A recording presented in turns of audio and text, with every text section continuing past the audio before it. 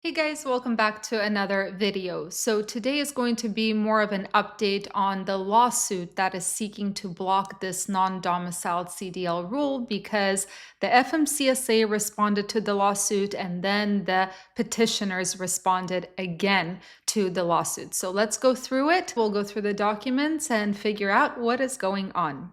Ready?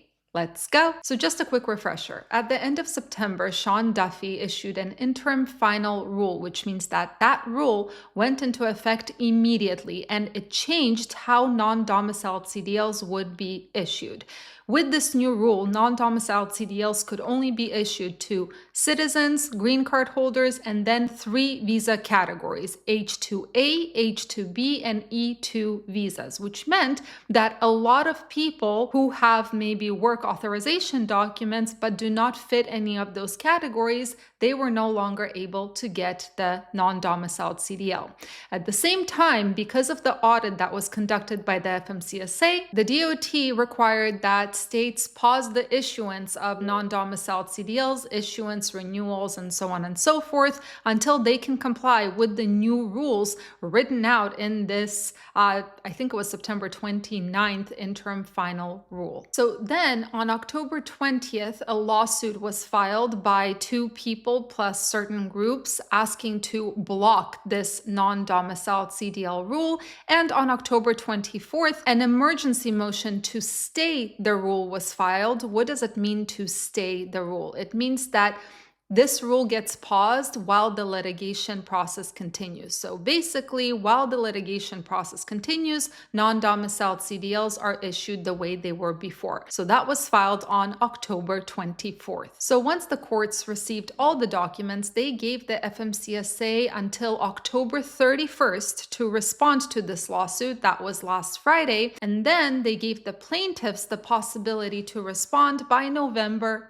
3rd, which was this Monday. So the responses were provided and now the court is expected to decide on this within the next few weeks. But let's go through the responses. So I'm going to move right here so that we can go through this response together. The FMCSA document is uploaded, so I was able to go through the document. Unfortunately, the petitioners' responses were not uploaded. I cannot download them from Overdrive, so I'll have to rely on what Overdrive said for the petitioner's response. But for now, let's focus on what the FMCSA said.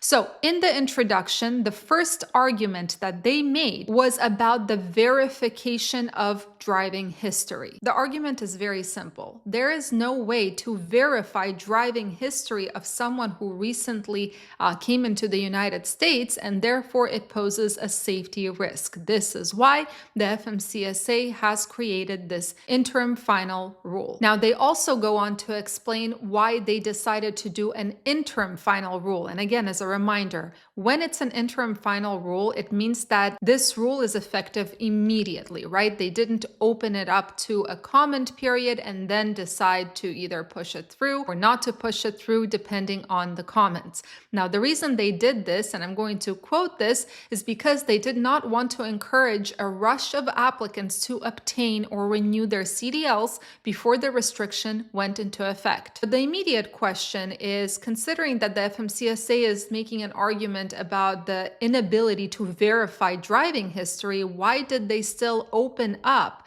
the possibility for certain visa holders like the H-1A, H-1B, or E-2 visa to still obtain a non-domiciled CDL? Well, their response was the following. The rule explains that aliens who receive visas premised on their employment in the US generally undergo an employer vetting process that ameliorates concerns about the lack of access to their foresight driving history, including a check for a US CDL or foreign CL equivalent, related work experience, clean driving records, past drug or medical testing, and knowledge and proficiency in English. Basically, they argued that In these three visa categories, the employers have a very aggressive vetting process, which eliminates the risk. Next, the FMCSA states, the rule does not assert that there is a direct link between immigration status and a driver's ability to safely operate a commercial vehicle. Instead, the salient point is that state licensing authorities do not and cannot access with the same degree of confidence a non-domiciled applicant's safety because individuals domiciled outside a given state but seeking a CDL tend to have driving histories outside the reach of US level agencies. Now, this is very true, and actually experience outside of the US, I believe Mexico or Canada, the experience that happens, for example, in Europe, even if the person has 20 years of driving history, it is not transferable to the United States. So basically, the argument of the FMCSA is that this has nothing to do with immigration status. It has everything to do with the inability to verify driving history. And considering that these driving histories are usually in jurisdictions, foreign jurisdictions, where the United States does not have access to that history, it is not safe for these folks to get a CDL in the United States. So now the question is, what did the petitioners respond once the FMCSA responded?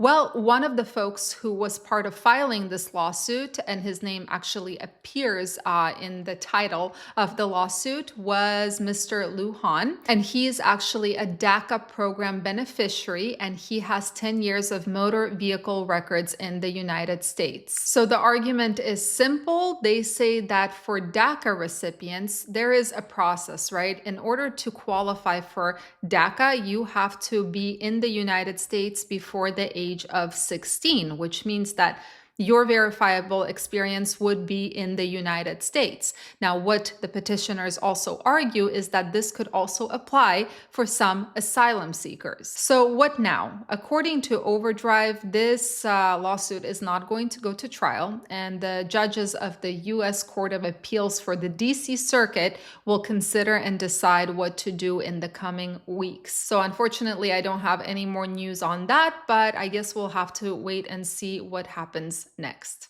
Anyway, guys, thank you for joining and watching. I hope you have a fantastic rest of your day. Stay safe, stay healthy, and keep learning. See you in the next video.